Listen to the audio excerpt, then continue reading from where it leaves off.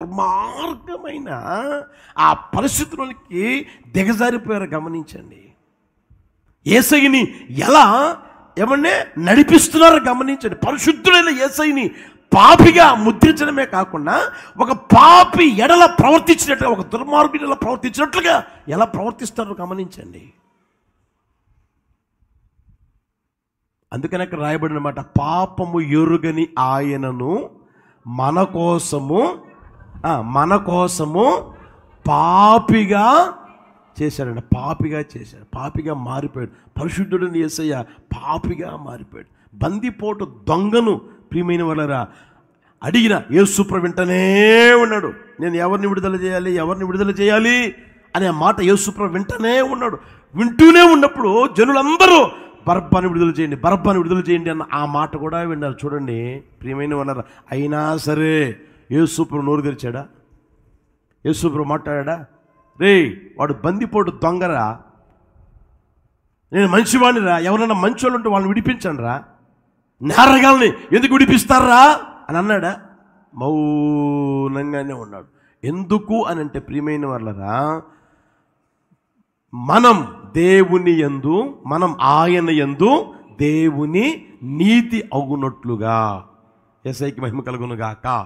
మనం అందరం ఎలా మారిపోవాలి అంటే దేవుని నీతిగా మారిపోవాలి. మనం దేవుని నీతి అగునట్లుగా పాపము ఎరుగని ఆయనను పాపిగా మారిపోయాడు. హల్లెలూయా. దాన్ని మనం ఆలోచన చేసుకుందాము గాక. హల్లెలూయా. ఇంకో మాట చూపిస్తాను చూడండి, ఇంకో మాట ముగించేస్తా. ఆ మార్కు సువార్తమానం 15:27. మార్కు సువార్తమానం 15:27 చూడండి. మరియు కుడివైపున ఒకరిని ఎడమ వైపున ఒకరిని ఇద్దరు బందిపోటు దొంగలను ఆయనతో కూడా సిలువ వేసిరి. 28 చదువుతారా? ఉందా? మరి చదువుతున్నారా?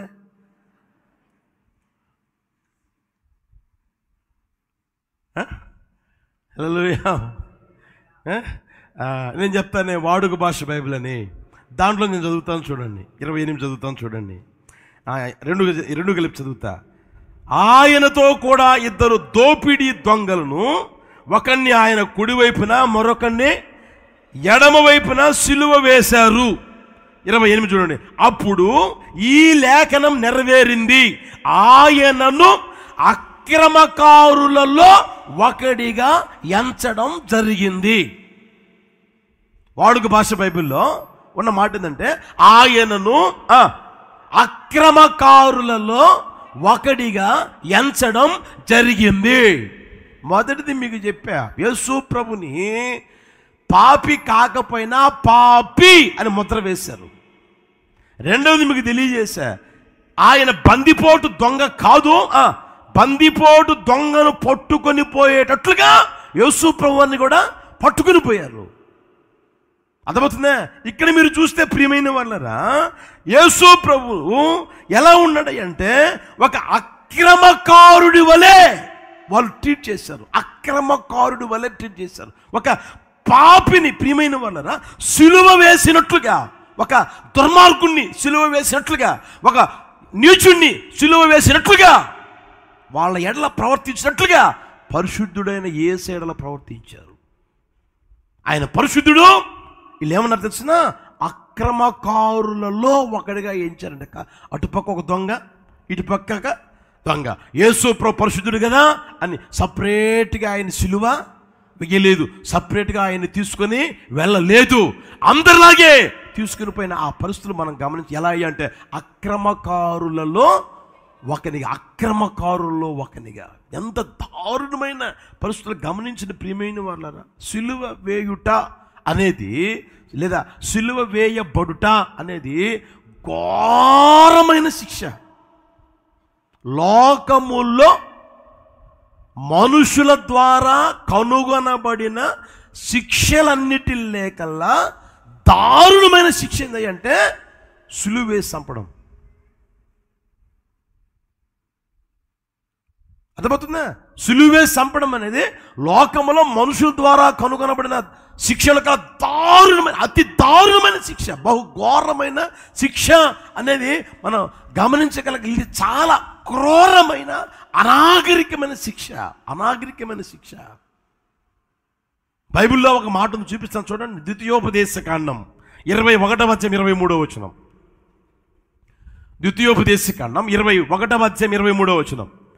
అతని శవము రాత్రి వేళ ఆ మ్రాను మీద నిలువకూడదు, వేలాడదీయబడిన వాడు దేవునికి శాపగ్రస్తుడు. చాలు. దేవునికి ఎవరంట ఆ వ్యక్తి? ఏ వ్యక్తి? మ్రాను మీద వేలాడదీయబడిన వాడు. ఆ రోజుల్లో మ్రాను మీద వేలాడదీయాలని ఉంది.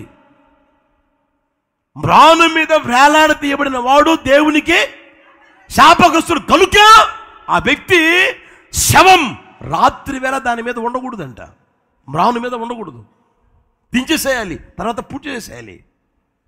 చావకపోతే చంపైనా సరే పూజ చేయాలి. అందుకనే చూడండి, వాళ్ళు వచ్చి పొడుస్తారు. వీడు ఇంకా సచ్చాడా చావలేదని పొడుస్తారు. చంపైనా ఏమంటే తీసేస్తారు ఆ మ్రాను మీద వేలాడుకున్నా. అయితే దానికంటే ఘోరమైన తెలిసిన సిలువ శిక్ష అని. సిలువ శిక్ష ఇలా వేలాడదీసి 2 చేతులకు మేకులు కొట్టి, తర్వాత 2 కాళ్ళు ఏమంటే ఇలా మేకులు కొట్టి వేలాడాలి. అంటే వాడు ఆ బాధని భరిస్తూ భరిస్తూ భరిస్తూ అంటే కుమిలి కుమిలి కుమిలి ఏడ్చి ఏడ్చి ఏడ్చి ఆ వ్యక్తి చనిపోవాలా. వాళ్ళ హిస్టరీలో ఉన్న పరిస్థితులు అన్నమాట. వాళ్ళ ఆలోచనలు ఏంటంటే, వీడు తప్పు చేశాడు కదా, వీడు ఆ శిక్షని ఎవరికి వేస్తారంటే సామాన్యంగా దేశద్రోహం చేసిన వాళ్ళకి, తర్వాత క్షమింపరాని నేరం చేసిన వాళ్ళు ఉంటారు చూడండి. క్షమించలేని తప్పు చేస్తుంటారే, క్షమించలేని తప్పు చేసిన వారికి, దేశద్రోహులకి నిర్ణయించే ఆ శిక్ష, విధించే ఆ శిక్ష అది. వీడు దేశద్రోహం చేస్తాడా, వీడు క్షమింపరాని నేరం చేస్తాడా, వీడు వేలాడుతా ఆ శ్రమని, ఆ బాధని ఏమంటే కుమిలి కుమిలి కుమిలిపోతూ ఏడ్చుకుంటూ ఏడ్చుకుంటూ ఆ బాధని భరిస్తూ భరిస్తూ ఎరిగి, ఏదే తెలిసి తెలిసి కుమిలిపోతూ ఏం చేయాలి? చచ్చిపోవాలా. వాడే చావాలా. కుమిలిపోతూ కుమిలిపోతూ అన్న ఆ ఘోరమైన శిక్ష ప్రియమైన వాళ్ళరా. అలాంటి ఆ శిక్ష ఇప్పుడు ఎవరికి వేశారయ్యారంటే పరిశుద్ధుడైన యేసయ్యకి. అంటే పరిశుద్ధుడైన యేసయ్యని ఎలా చూశారంటే ఆయన్ని పరిశుద్ధుడిగా చూడలేదు, కానీ అక్రమకారులలో ఒకనిగా, దుర్మార్గులలో ఒకనిగా ఆయన చూశారు. ఒకసారి గమనించండి ప్రియమైన వాళ్ళరా. ఈ రోజున చూడండి, సిలువని మందిరాల మీద పెడుతున్నాం, పెట్టట్లేదా? ఏంటో చూస్తున్నారు, పెడుతున్నారా? కొంతమంది మందిరాల మీద పెడుతున్నారు, కొంతమంది మందిరం లోపల పెడతా ఉంటారు. ఇంకొంతమంది చూడండి, మెడలో దండ చేయించుకునే దానికి చెప్పండి. ఈ మధ్య పాస్టర్లు కూడా చెప్తున్నారులే, అమ్మ దండ చేయించావు, దానికి ఏం పెట్టు, తాలిబొట్టు చేయించావు, ఆ తాలిబొట్టుకి ఏమి ఉండాలా చెప్పండి, చెప్తున్నారా లేదా? ఇంకా చేతికి ఉంగరం పెట్టుకునే దానికి కూడా చేయించేవాళ్ళు ఉన్నారు. సిలువ, చేతికి ఉంగరంలో సిలువ, బీరు మీద సిలువ, ఇంటి మీద సిలువ, ఇంటిలో సిలువ, ఆ తర్వాత బైబిల్ మీద చెప్పండి, బైబిల్ మీద సిలువ, బైక్ మీద సిలువ, కారులో సిలువ, ఇంకా వేసుకునే బట్టల మీద కూడా సిలువ. సిలువ వేసుకోవద్దని కదా నేను చెప్పేది, కాదన్నట్లే. ఆ సిలువని నువ్వు కాస్త ఆలోచన చేస్తే అది ఏ శిక్ష చెప్పండి గట్టిగా? ఘోరాతి ఘోరమైనది, బహుఘోరమైనది. ఏమండి? అది తలంచకూడనిది, అంత దారుణమైనది అనేది నువ్వు తలంచగలుగుతున్నావా? ఆలోచించగలుగుతున్నావా? అప్పుడైనా ఆ పరిస్థితుల్లోనైనా యేసయ్యని ధ్యానించగలుగుతున్నావా? నీ కొరకు, నా కొరకు, మనందరి కొరకు, లోకంలో మానవాళి కొరకు ఆయన ఏ విధంగా మరణించాడు అనేది గమనించగలుగుతున్నావా? ఎరగలుగుతున్నావా? ఎలాంటి ఘోరాతి ఘోరమైన శిక్షని ఆయన అనుభవించాడో తెలుసుకోగలుగుతున్నావా? ఆలోచన చేసుకుందాము గాక. హల్లెలూయా, హల్లెలూయా. ఎందుకు ఆ శిక్షణ ఆయన మీద వేస్తే ఆయన భరించాడంటే ప్రియమైన వాళ్ళరా, ఎంతటి పాపినైనా, ఎంతటి ఘోరమైన పరిస్థితుల్లో నడిపించబడుతున్న వారినైనా ఆయన దగ్గరికి వస్తే ఆయన దగ్గర క్షమాపణ కలుగుతుంది. హల్లెలూయా, హల్లెలూయా. మనం ఆయన యందు ఎలా మార్చబడతా ఉంటాం? గట్టిగా చెప్పండి. ఎలా మార్చబడిపోతూ ఉంటాం? దేవుని నీతిగా మార్చబడతాం. మనం దేవుని యందు నీతి అగునట్లుగా ఆయన పరిశుద్ధుడై ఉండి పాపిగా మార్చబడ్డాడు. పరిశుద్ధుడైన యేసయ్య పాపిగా మార్చబడ్డాడు. పాపి కాదు, ఆయన పాపి అని ముద్ర వేశారు. ఆయన బందిపోటు దొంగ కాదు, బందిపోటు దొంగని పట్టుకున్నట్లుగా ఆయన్నే పట్టుకుని పోయారు. ఆయన అక్రమకారుడు కాదు, ఆయన అక్రమకారుడుగా ఎంచబడ్డాడు. అక్రమకారుడుగా ఎంచబడ్డాడు. ప్రియమైన వాడు, ఎంత ఆ పరిస్థితిలోనికి యేసయ్య వచ్చాడు గమనించండి. నిన్ను నన్ను ఎంతగా ప్రేమించాడు గమనించండి. మనందరినీ ఎంతగా ప్రేమించి, మనం శత్రులమై ఉండగా, మనం పాపులమై ఉండగా, మనం నీచులమై ఉండగా ఎంతగా ప్రేమించి మనం ఆయన యందు దేవుని నీతి కావాలని ఆయన పాపంగా మారిపోయాడు. ఆలోచించేయండి. ఆ పరిశుద్ధుడైన యేసయ్య రక్తం, యేసయ్య శరీరం తినే ఆ భాగ్యం ఎందుకు పనికిరాని నీకు నాకు ఆయన అనుగ్రహిస్తూ ఉన్నాడు. యేసయ్యకి మహిమ కలుగును గాక. హల్లెలూయా, హల్లెలూయా. కనుక ఈ మాటలు నీ వ్యక్తిగత జీవితంలో ఆలోచన చేయగలవా? ఒకవేళ నీ మీద పాపి అని ముద్ర వేశారనుకో, కాస్త ఓర్చుకోగలిగి మౌనంగా ఉండగలుగుతున్నావా? ఉండగలుగుతున్నావా?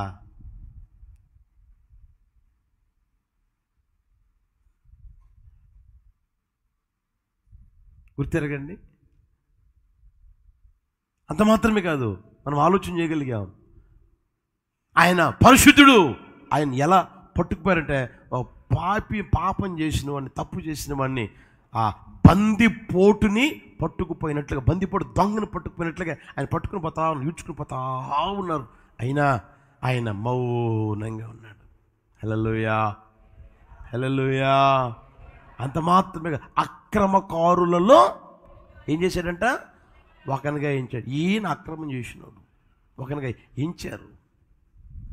అయినా సరే ఆ భారాన్ని మోసుకుంటూ, ఆ సిలువని అలా మోసుకుంటూ వెళ్ళి సిలువలో వేలాడాడు. ఆఖరి రక్తబొట్టును కార్చాడు. ఎందుకు తెలిసినా? నీవు నేను ఆయన యందు దేవుని నీతి అగునట్లుగా. మనం దేవుని నీతిగా మారాలి. దినదినం నా దేవుడు నిశ్చయముగా ఆ నీతి చేత మనల్ని ధరింప చేయును గాక. హల్లెలూయా. మనలో మనుషుల నీతి చనిపోవాలి, దేవుని నీతి అధికం కాగలగాలి. దేవుని వాక్యంలో రాయబడిన సత్యం ఏం తెలుసునా?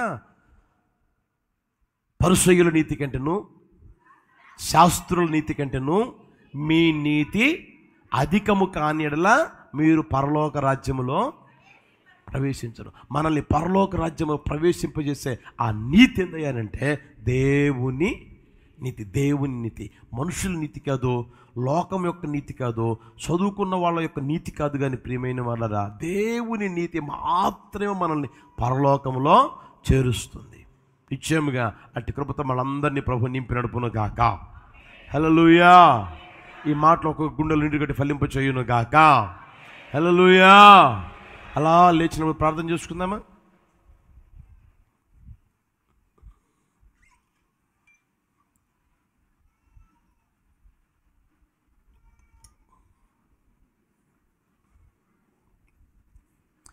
ఒక్క క్షణం లేచినప్పుడు ప్రతి ఒక్కరూ ఆకాశం చేతులు ఎత్తగలిగితే చేతులెత్తి చిన్న తీర్మానంతో ప్రార్థన చేసుకుందామా? చిన్న తీర్మానంతో ప్రార్థన చేసుకుందామా? మనం ఆయన యందు దేవుని నీతి అగునట్లు పాపము ఎరుగని ఆయనను మన కోసం పాపముగా చేశాడు. పరిశుద్ధుడైన యేసయ్య పాపిగా మారాడు. ఆలోచన చేయండి. ఏ కోణంలో యేసయ్యని చూసినా, ఆయన ఆలోచనలోనైనా, తలంపులోనైనా, చూపులోనైనా, ప్రవర్తనలోనైనా, నడకలోనైనా ఏమాత్రం తప్పు కనిపించదు.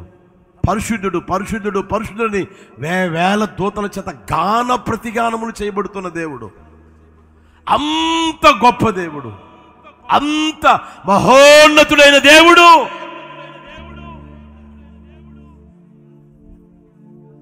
పాపిగా మారాడు.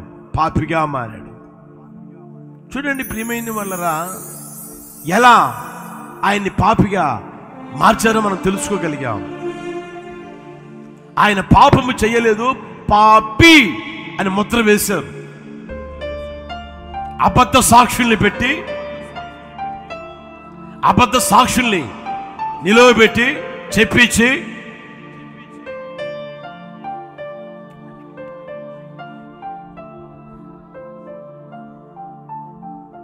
పాపి అని ముద్ర వేశారు.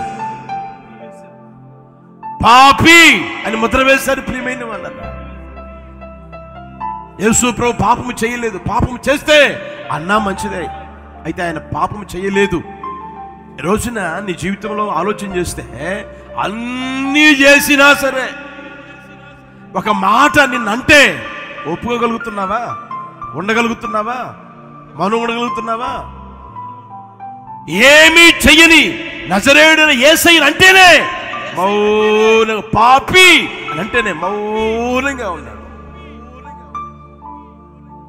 నిన్ను పాపి చేసినా చేయకపోయినా అంటే మౌనంగా ఉండగలుగుతున్నావా? ఆలోచించి సహోదరుడా, సహోదరి, యేసయ్య ఎందుకు మౌనంగా ఉన్నాడు తెలిసిన? దేవుని నీతిగా మనం మారాలి అని, మనం ఆయన యందు దేవుని నీతిగా మారాలి అని. ప్రియమైన వాళ్ళరా, నిశ్చయముగా దేవుని నీతి మనం ధరించుకుందుము గాక, దేవుని నీతిగా మనం కనిపించుదుము గాక, దేవుని నీతిగా మార్చబడుదుము గాక. నిన్ను చూసినప్పుడు దేవుని నీతి కనిపించును గాక, ఒక్కొక్కరు చూసినప్పుడు దేవుని నీతిగా కనిపించుదును గాక, దేవుని నీతిగా మార్చబడుదును గాక.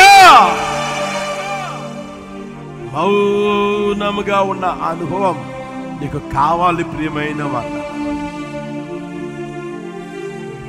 పాపము చేయలేదు, పాపి అని ముద్ర వేస్తే మౌనముగా ఉండగలిగే అనుభవం లోనికి నువ్వు రావాలని దేవుని వాక్యం తెలియజేస్తున్న సత్యం.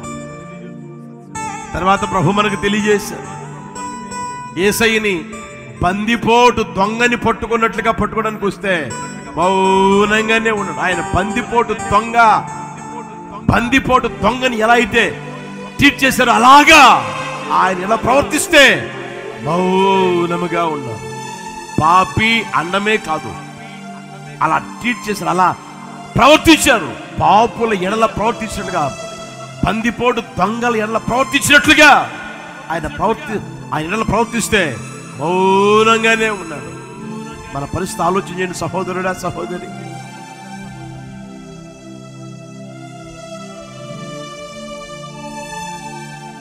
ఆయనను అక్రమకారులలో ఒకనిగా ఎంచారు. ఈయన అక్రమకారుడు అని చెప్పి, అక్రమం చేశాడని చెప్పి సిలువ వేశారు. ఘోరమైన శిక్ష, అతి ఘోరమైన శిక్ష. ఆ సమయంలో కూడా యేసు ప్రభువు మౌనముగానే ఉన్నారు. ప్రియమైన వారరా, ఎందుకు తెలుసునా? నీవు నేను ఆయన యందు దేవుని నీతిగా మారాలి అని ఆలోచించు. దేవుని నీతిగా మనం మార్చబడుతూ ఉన్నామా? మందిరానికి వస్తూ ఉన్న మనం, దేవుని మాటలు వింటూ ఉన్న మనం దేవుని నీతిగా మార్చబడుతూ ఉన్నామా? దినదినం దేవుని నీతిగా మార్చబడుదుము గాక. అట్టి కృప ఒక్కొక్కరి మీద కొమ్మరించును గాక, ఒక్కొక్కరికి అనుగ్రహించును గాక, ఒక్కొక్కరికి మీద దయచేయబడును గాక, ఒక్కొక్కరికి దయచేయబడును గాక, ఒక్కొక్కరికి అనుగ్రహించును గాక. ఒక్కొక్కరికి దయచేయును గాక, ఒక్కొక్కరికి దయచేయును గాక. యేసు నామములో ప్రభు కుమ్మరించును గాక, కుమ్మరించును గాక. దేవుని నీతిగా మార్చబడును గాక, దేవుని నీతిగా మార్చబడును గాక, మార్చబడును గాక.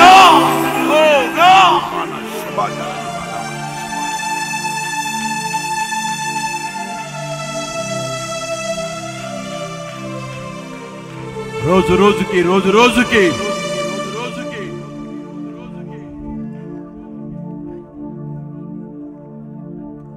రోజుకి ప్రియమైన వారలారా, మనం దేవుని నీతిగా మార్చబడుదుము గాక, దేవుని నీతిగా మార్చబడుదుము గాక. ఆకాశపు చేతులెత్తి చిన్న ప్రార్థన చేసుకుందామా? అందరం ఆకాశపు చేతులెత్తి ప్రార్థన చేసుకుందామా?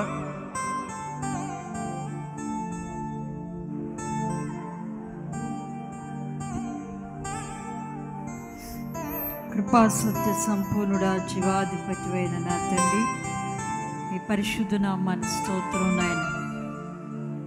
గతించిన 3 మాసాలు కనుపాప వలె కాపాడి క్షేమాన్నిచ్చి ప్రభా, సజీవులుగా బ్రతికించి ఆయుష్ని ఆరోగ్యాన్నిచ్చి మరొక నూతన మాసంలో ప్రవేశపెట్టి ఈ మొదటి పునరుత్థాన దినాన ఈ ఉదయకాల సమయంలో మీ పాదాల చెంత చేరి మీ నామాన్ని స్తుతించడానికి దయ చూపించినందుకు నైనా నిండు మనసుతో మీ కృతజ్ఞతాస్తుతులు చెల్లిస్తున్నా.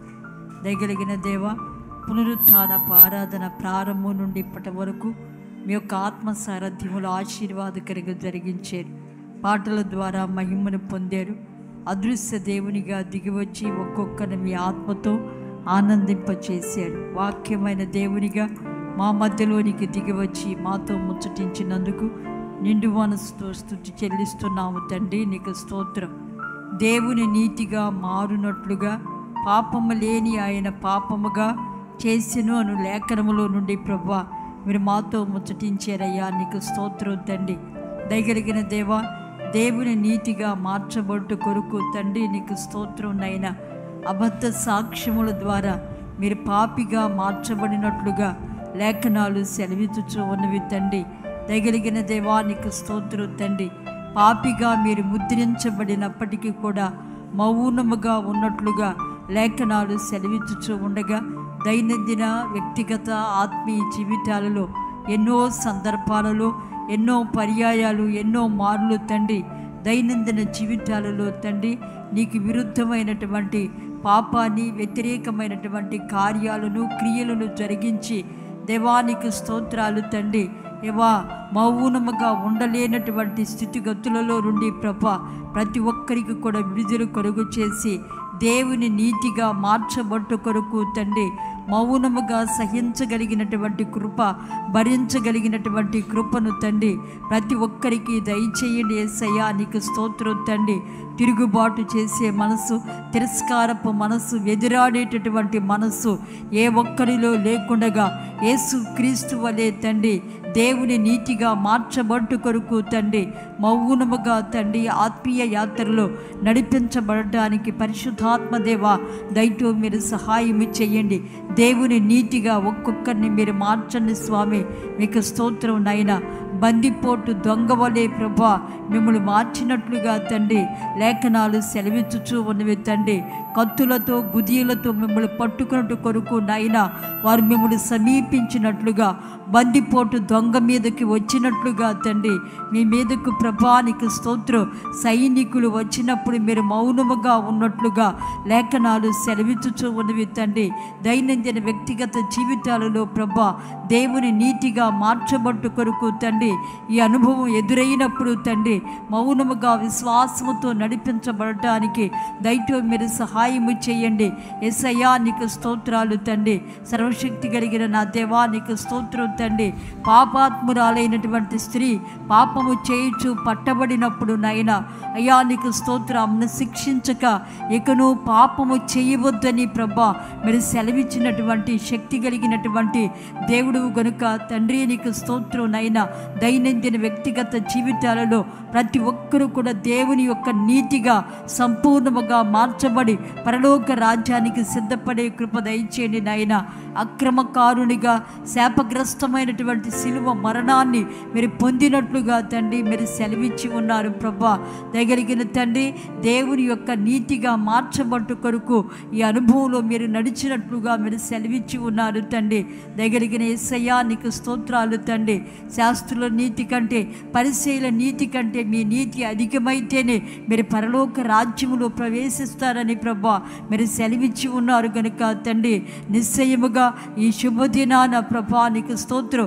ప్రతి ఒక్కరు కూడా దేవుని యొక్క నీతిగా మార్చబడి పరలోక పట్టణానికి వారసులుగా మారేటట్లుగా పరిశుద్ధాత్మడా మీరు సహాయము చేయండి తండ్రి. దైనందిన వ్యక్తిగత కుటుంబ జీవితాలలో తండ్రి యేసయ్యా నీకు స్తోత్రాలు తండ్రి. దేవుని నీతిగా మార్చబడటానికి సహాయము చేయండి నాయన. యోగ్యమైన మంచి మనసుతో మీ రక్తమాంసాల్లో పాలిభాగస్తులై ప్రతి ఒక్కరు కూడా నీతిమంతులై దేవుని రాజ్యములో కనబడటానికి సహాయము చేయండి. ప్రత్యక్ష ప్రసారాల్లో పాలు పంపులు పొందిన బిడ్డలు కూడా దేవుని నీతిని ధరించుకొని పరలోకానికి సిద్ధపడే కృప దయచేయండి. కుడి వచ్చిన నీ ప్రజలందరినీ ఆశీర్వదించండి నాయన. శరీరాల్లో ఆరోగ్యాన్ని ఇవ్వండి, ఆత్మలో బలాభివృద్ధిని కలుగు చేయండి. యేసయ్యా నీకు స్తోత్రం. ప్రతి అవసరతను తీర్చండి నాయన. ప్రతి ఒక్క అక్కర తీర్చండి. ప్రతి అనారోగ్యతలో నుండి కూడా విడుదల కలుగు చేసి కుటుంబాల్లో ప్రభా సంతోషాన్ని సమాధానాన్ని కృపాక్షేమాలు మెండుగా దయచేసి ఈ 4వ మాసమంతా కూడా సకల సమృద్ధి సంతృప్తి ఆశీర్వాదం కలిగి దేవుని నీతిని ధరించుకొని పరలోకానికి సిద్ధపడే కృప దయచేయండి. మీ పక్షంగా సేవకులను బలపరిచి వాడుకున్నందుకు స్తుతి చెల్లిస్తున్నాం. ఇంకొను బలపరచండి.